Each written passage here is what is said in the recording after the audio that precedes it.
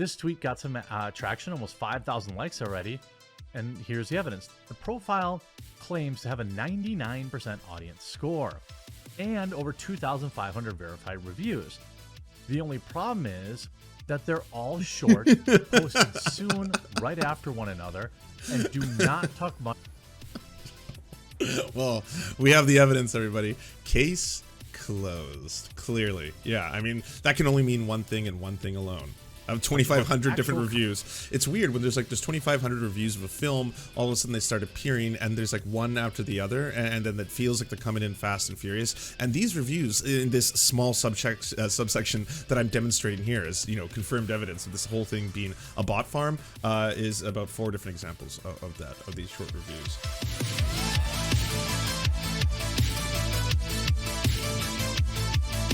What does that mean, you say? Well, I will explain to you what is going on here. If you don't know about the right-wing pulp culture griftosphere, you know, the Quartering, Nerdotic, Geeks and Gamers, there's a whole bunch of them. It's basically right-wing reviews and discussions about nerd culture. Stuff that we all love. We all love nerdy stuff. I love video games. You might love Marvel films or comic books. You might love DC films or comic books. You might love fantasy novels and or movies or film or cinema. Whatever it is your personal flavor, they will give a spin on it. Now, they have been doing a admitted grift, because the Quartering has come out flatly and said that it is 100% a grift, as in they are intentionally trying to get you outraged for money when it comes to the representation in film and cinema. They are not really big fans of there being people who aren't white, straight, cis men basically having all the roles, except for they, of course, want the incredibly large boobed woman to be there as the sex object. But that's it. She shouldn't really have any kind of dynamics as a character or a person, you know? And don't get me wrong, I too enjoy women with very large boobas and all that kind of stuff, but I also would, you know, like to see them be more than just boobas on screen, as I would like to see a man be more than just a massive hog on screen. And also, it doesn't really matter what color that hog is. I'm going to add that one as well. But this one is the biggest one, I think, to happen since maybe Return of the Jedi, which the Quartering already identified as being like the best moneymaker. He was actually saying like, oh man, we'll never get anything like Return of the Jedi again. They've chosen Disney usually as their primary target for these things. No, thank you for the 300 biddies, Catalana Gearbox. Every time the Quartering is not right in front of me, I forget he exists. Well, this one is going to go deeper. This one is obviously something that they won't stop shutting the fuck up about. I have debunked this so many times, and they all get so mad on Twitter. Every single one of them has been quote tweeting me and just trying to like take down this whole like mermaids, they cannot be black, blah. And then I'll be like, well, actually, in the actual Little Mermaid cartoon canon, there was non-white characters. Yeah, but it wasn't Ariel. Ariel's never been played by a non-white person. Well, actually, in the Broadway play, it was played by a Japanese American. That doesn't count. No one watched that. It wasn't on TV. Okay, well, in the live action ABC performance of Little Mermaid, it was played by a half indigenous person, and that was seen by over 9 million people, and it's one of the most successful live musicals in television history. So we've run out of excuses, but that doesn't mean that they're not stopping to keep talking about this one. So they pivoted, as they often do, because they don't want to just be extreme racists, and they've started saying this has nothing to do about Black Ariel. Okay? This has nothing to do with that. We just want you to tell your own stories, you being black people. So why don't you go out and make black movies and black cinema, and then we won't complain about this because you're not doing this whole weird ethnic swapping or race swapping stuff. We want Ariel to be pure as the driven snow. She must be Aryan. She must be our Aryan queen, fish princess, and that's basically where they're coming at this whole thing from. But anyways, that's been their biggest defense. This isn't a racist thing, okay? This is that we don't want forced diversity, and we want you to tell your own stories. You're always trying to take over our stories, you know? These were ours, and we love them. They were sacred to us, these children cartoons. So along comes this film. They are not prepared for. Let's go. You're asking me to take them to war. Train hard, fight harder. So, I mean, could be terrible, could be amazing. Either way, I mean, I think it looks pretty fucking badass. It got me excited to see this movie. I'm excited to see this film. We are Dahmer!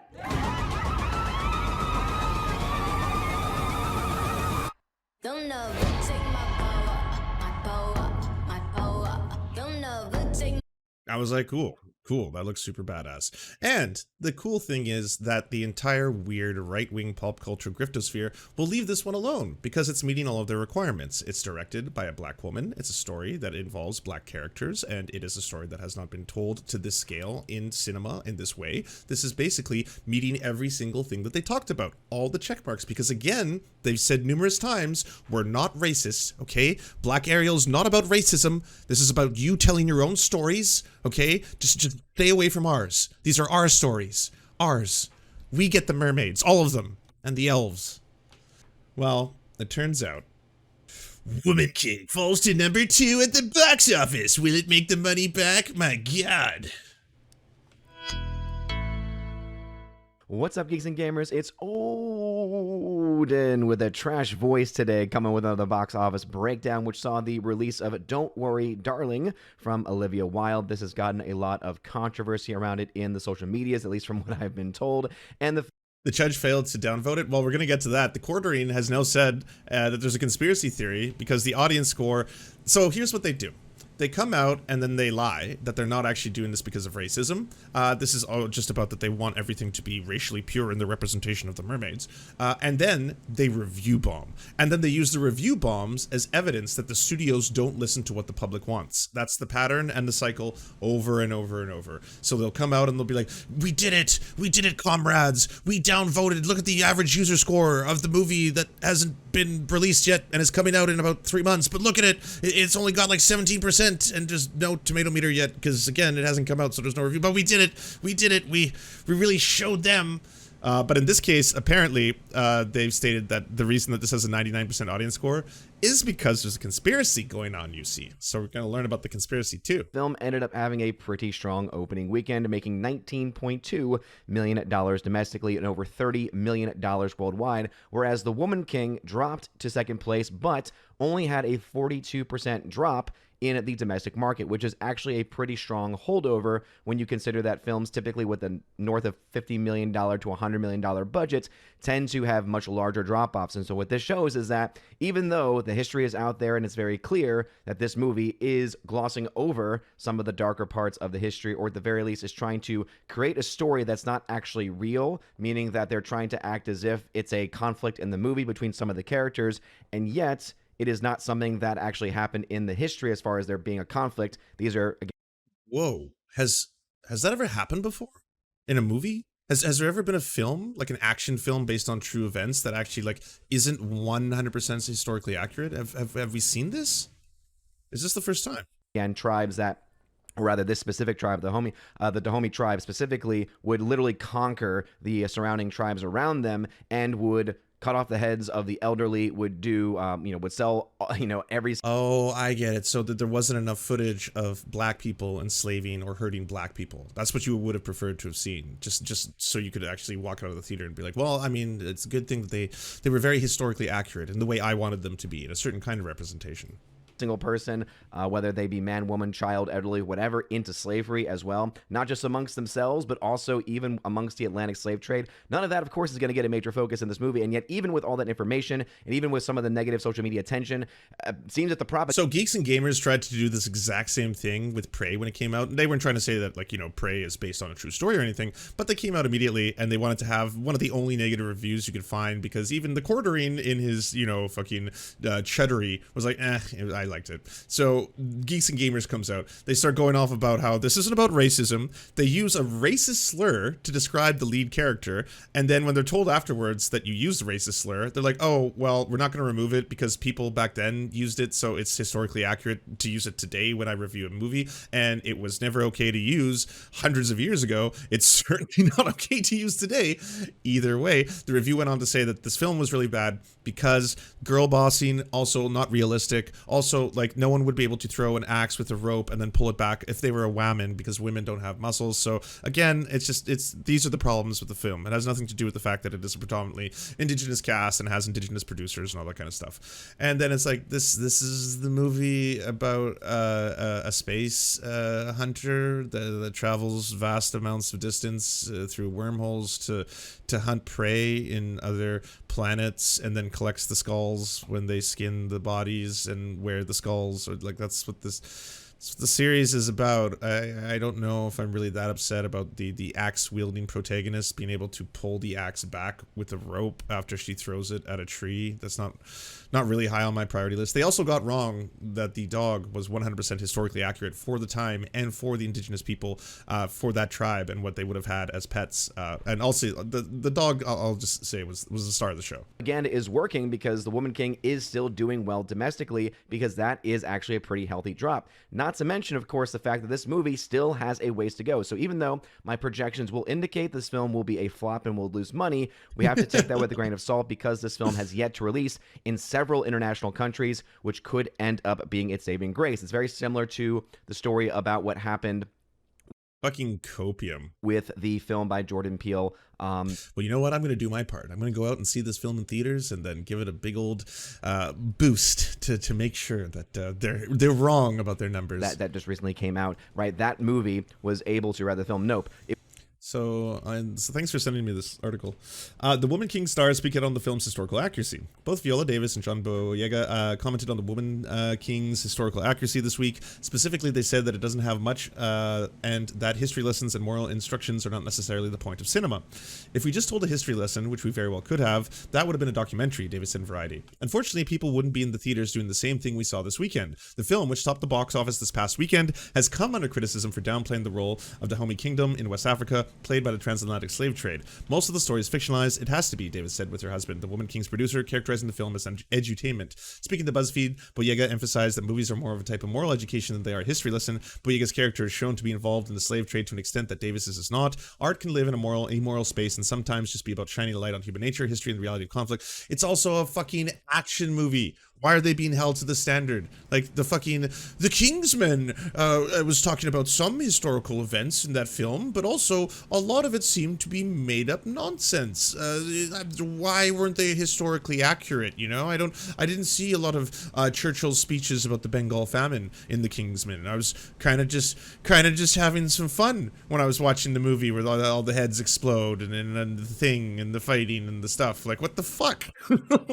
Why is it like, well, I mean, these happen to be a story involving black people, involving the North Atlantic slave trade, and I did not see 100% historical accuracy in my action movie. I wanted that. Where is that? It was able to, seemingly be a massive flop, and yet once it came out internationally, it started to make... The Patriot is basically all made up? No, I refuse to believe that. I want to live in a world in which Mel Gibson single-handedly wins the American Civil War by killing people with an American flag and a fucking spear at the end. That is his weapon of choice. He kills everyone with fucking the flag of the United States, okay? It is real, and I refuse to believe otherwise. That was a history lesson. A lot of that ground back, and even though it still was not able quite to get to its break-even point officially at the box office, it was close enough to where anything it makes on Oh my god, the fucking racist copium. This is the director, by the way. Gina Maria Prince Bythewood is an American film director and screenwriter. She's known for directing films Love and Basketball, Disappearing Acts, Your Life with Bees, Beyond the Lights, The Old Guard, The Woman King. So, Rotten Tomatoes finally exposed, says the Quartering. Thread released this morning by @FatherQuads. Wow, a 99% audience review score on Rotten Tomatoes. That's unheard of. That is true. It's exceedingly rare. Wow. Okay. So you're going to provide evidence of this being an inside job, right? Rotten Tomatoes is actually manufacturing fake reviews for the Woman King movie to give it a higher rating. Really? And I'll show you. Cool. This is one of those things where, like, how stupid are you? The critics already gave this movie a 95%, which, by the way, glorifies and glosses over the slave trade. Really? I mean, I haven't seen the film yet. I assume the Quartering has, but I'm interested to see that take. I didn't know the film is specifically going to glorify the North Atlantic slave trade, so we'll have to check it out. The critics were afraid to say anything negative about it. There were black actresses that quit the movie before it ever hit production because they were like, wait a minute here. I looked into this tribe. There were people on Twitter that were running with hashtag boycott Woman King. By the way, action adventure. doesn't say documentary down here. Weird. Because they did a little bit of research and was like, wait a minute. I mean, I know we need strong representation, but do we have to pick the tribe of that would snare up other black people and sell them to the slave trade. And of course, Viola Davis, the actress in it, said that if you don't see it, then you're a racist and you just don't believe black women can lead the box office, which is Protects the doubt. shame people into paying you money. This tweet got some traction, almost 5,000 likes already. And here's the evidence. The profile claims to have a 99% audience score and over 2,500 verified reviews.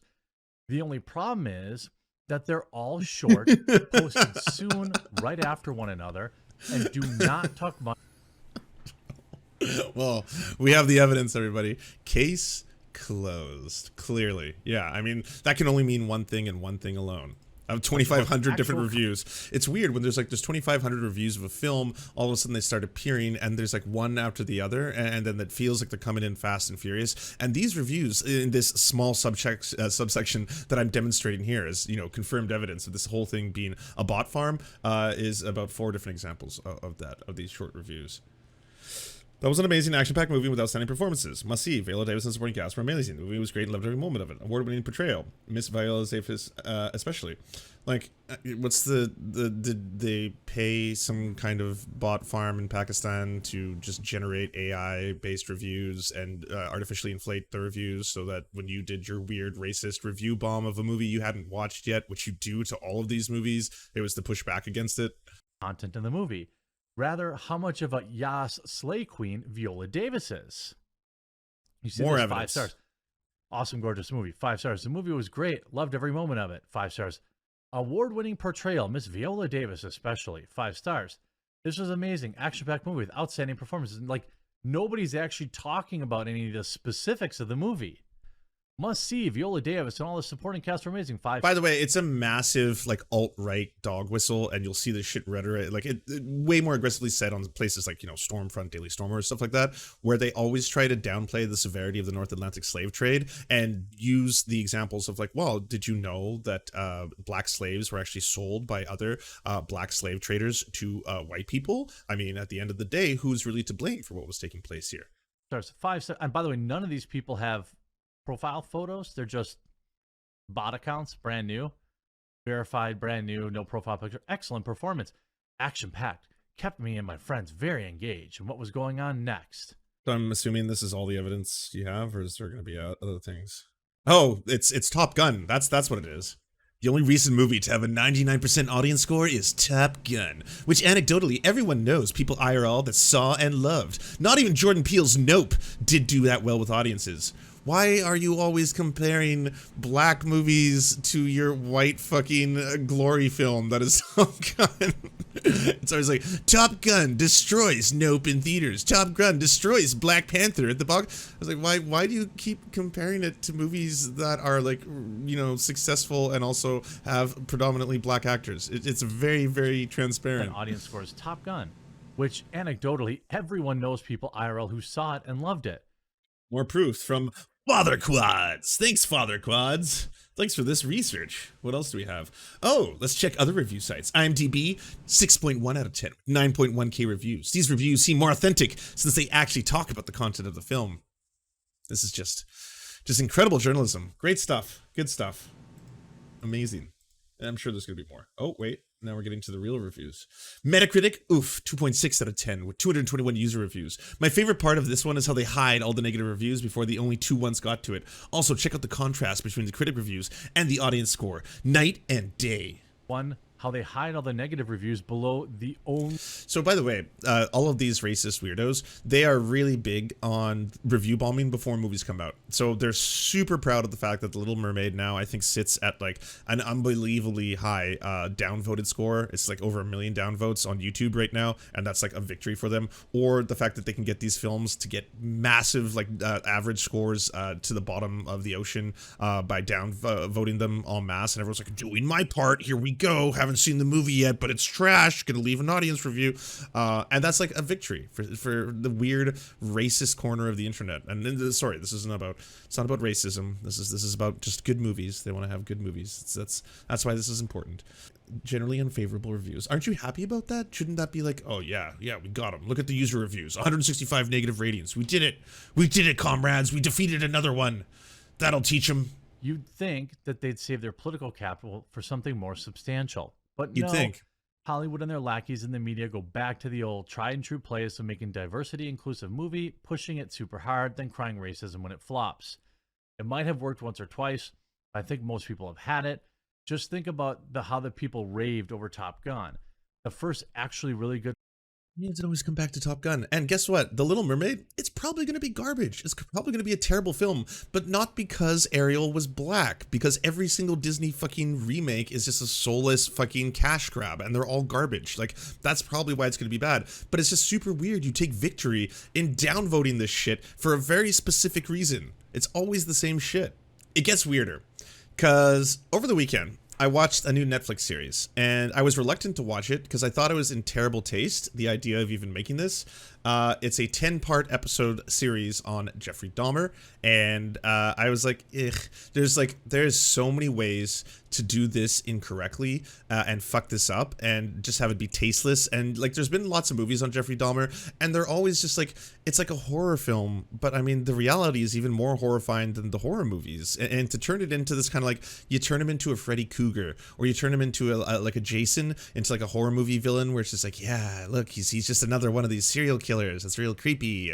And now we got the guy who dresses up like a clown, and they're battling each other and stuff like that. And you're just like, this is a really fucked up story, and no one really chooses to tell it properly. And to be honest with you, I was shocked that they actually did some parts of this properly. Now, don't get me wrong. This show could have been 5 episodes, maybe 4, and been perfect, and it did not need to have 6 episodes. And there are times when, yes, they try to turn it into a horror film, and those times are just kind of yikesy. Because like, if I watch a horror movie, and I love horror movies, I don't like you trying to celebrate the actions of real life serial killers and turn them into kind of like monsters and boogeymen. And the thing about the Jeffrey Dahmer story that no one has done properly is to focus on 2 groups.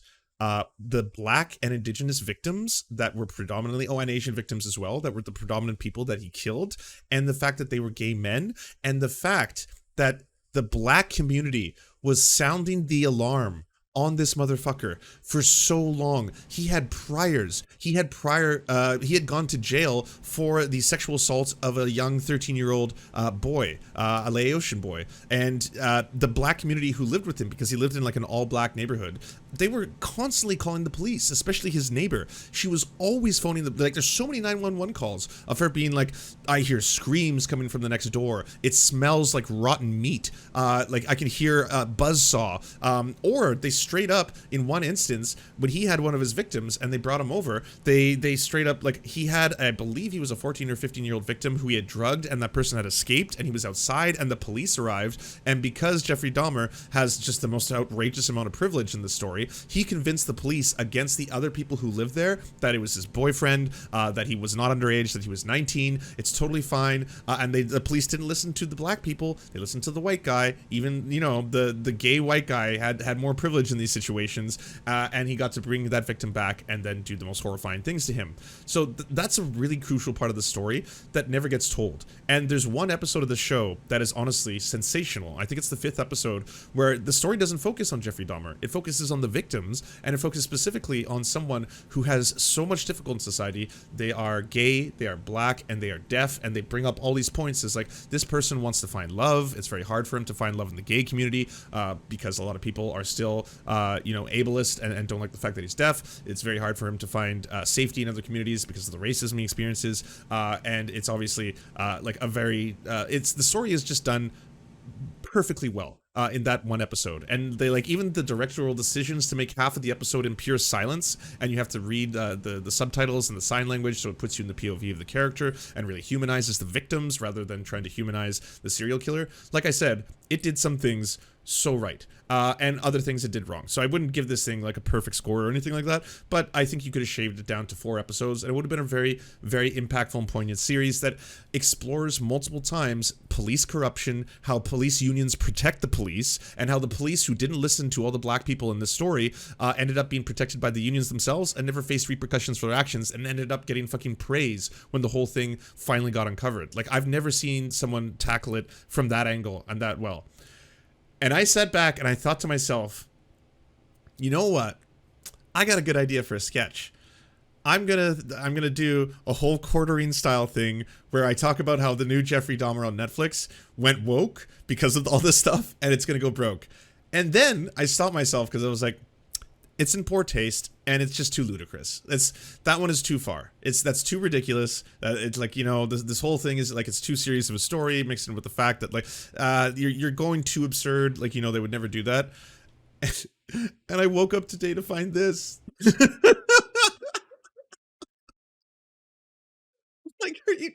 Like, I can't even parody these motherfuckers. I can't make a sketch. Like, I swear to God, I was thinking when I watched the show of a sketch about it, because I was like, oh man, they're gonna do a whole go woke, go broke thing. But it would like, it's a really good thing I didn't, because it would have been destroyed by reality. You know, they're beyond parody. Like, holy fuck. Massive woke backlash for Netflix over Jeffrey Dahmer series. This is hilarious. Well, what's the massive woke? Has it been downvoted by your crew on Netflix? Is that it? Like, oh my What's God. going on, everyone? Jeremy here from the Quartering, and uh-oh, Netflix. Uh-oh. A little bit of backlash online coming from 2 different camps over their recent documentary, I suppose you could call it. It's not really a documentary. It's like not a Hollywood reenactment. Then why did you call it a documentary? I love starting sentences with false claims and then debunking my own false claims in the same sentence. Good stuff. Power move, really. Of one of Wisconsin's most famous citizens, Mr. Jeffrey Dahmer. Now, I do admit that I enjoy a good kind of like true crime documentary. I've seen all the most popular ones. It's a biopic. Man. I lived in the state while it was going on, and was old enough to know and follow the news and know what was happening. And I guess perhaps it's a little more interesting to me because of that. But now Netflix is getting some serious backlash from 2 different groups. The first, the LGBTQ community, who doesn't want to be associated with the man who was clearly a member of that LGBTQ community. I could see. I'm curious what he's saying in terms of backlash. We'll have to see his sources. I'm guessing it's going to be random Twitter account 1050205 or something like that. But I could see people being upset with the notion of this show prior to it coming out because of how it's going to be handling something of this severity. This show does a pretty good job of exposing the homophobia of the justice system and the police force. Like, when they go to his house, they straight up say things like, if we go inside, is there going to be any gay shit? I just don't want to get AIDS. You know, I don't want to touch any of your stuff and get it, you know, stuff like that.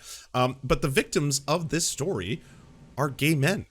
They are gay men, and they weren't listened to, especially minorities. Gay black men, gay Asian men, and gay indigenous men were the predominant amount of people that he murdered, killed, and ate. And because of that, their stories weren't told. And it was like, this was a danger to the gay community, but also it does a good job of showing you how fast the gay community was able to protect themselves from him, in terms of like, he starts trying to, you know, drug young men in bathhouses, immediately blacklisted from gay communities, immediately blacklisted from gay bars. Like, this motherfucker is a predator, fuck him, he's not allowed anywhere, you know, call the cops if you see him, kind of shit like that. He engaged in Do you have any gripes with the show? Yeah, the same ones I said before, that I think that, like, I don't like the idea of making Jeffrey Dahmer into a horror film, and it does that in certain episodes. And yes, it's horrifying what he does, but like, when you make him into a movie monster that kind of canonizes him, that kind of turns serial killers into larger figures than they truly are, and makes them infamous, and makes them into like these monsters, and then, like, you know, I have a problem with that personally. in all sorts of Okay, I can't listen to his mumbling. I just want to see what the sources are. Netflix has been criticized after viewers noticed this gruesome new Jeffrey Dahmer series was given an LGBTQ tag by the streaming service. Oh, okay, so people were upset by the tag. Good find, Jeremy. Riveting stuff. Yeah, I can see why people would be upset by that. Why Netflix's Jeffrey Dahmer series is receiving so much backlash. They call the dramatization re-traumatizing for the victims' families. I can see that as well. Yeah, like I said, it's a very, very difficult thing to express. Okay, so he's not going at this from the go woke angle. Maybe I was wrong. I was wrong about that from the very start. I forget it now. I guess you documentary and honoring the dignity of the families. No one contacts them. My cousin wakes up every few months at this point with a bunch of calls and messages, and they know there's another show on re-traumatizing over and over again.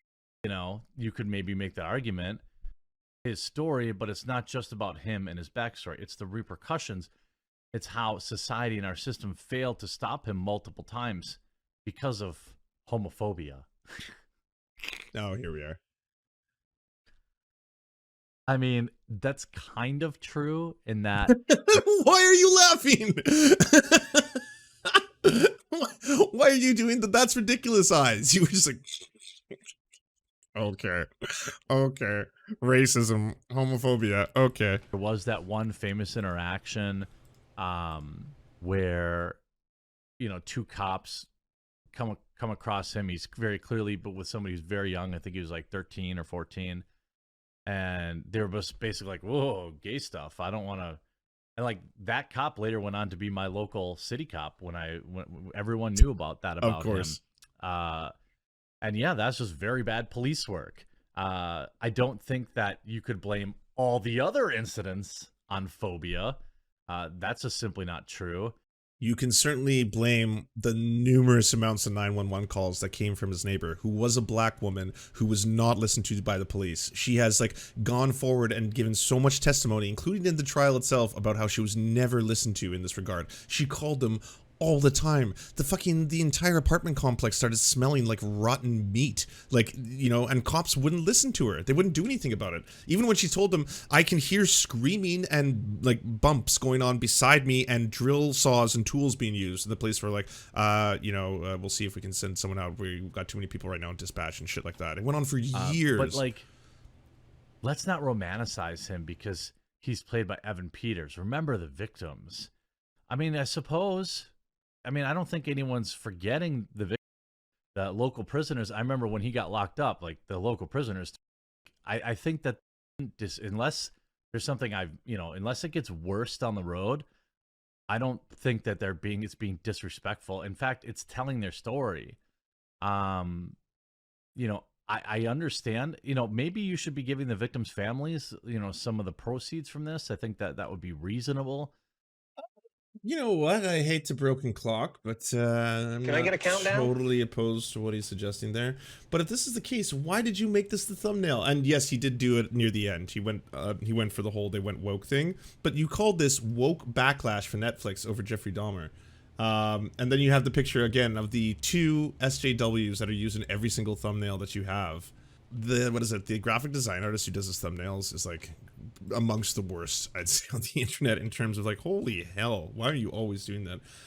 Hilarious woke backfire for House of Dragons. I thought House of Dragons was an exception to the rule. That's the one you were using to say that you weren't in fact angry at the fact that there's black characters in fantasy because you like House of Dragons.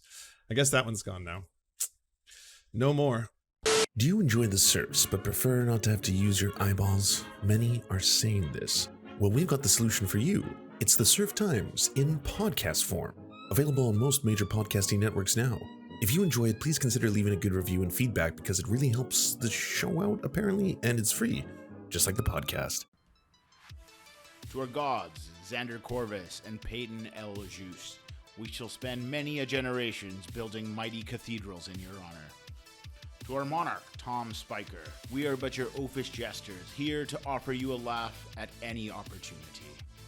To our brave knights of the Round Table, Rachel K., Izzy Solidarity, Victoria Bell, Sebastian Demmel, Mark Harmon, Benji Arney, Scary Earthhuman, Tony, DM Rivera, Resident Scarecrow, Sir Nickus, Cheryl Alvarez, Ruby Kelly, Brandon, Words Greenwood, Everything Important, Hegbert Celine, Matthew Scarborough, Stellar Vision, Ariane McCarthy, Doug Cady, Daniel Sutton, Jenna Tal, Dark Puppy, Quiet One 85, Anna Loves Riley, Omni, Riley and Anna, Poodlehawk, Multimondi, Trevbot EXE, Brian Ephraim, Anthropophojack, Catherine, Ramon Acosta, Nkosin, Ralph Parler, Violent Orchard, Political Puppy, La Media Panza, Todd Buckingham, and Todd La Jeunesse. We salute our valiant heroes off to fight injustice everywhere.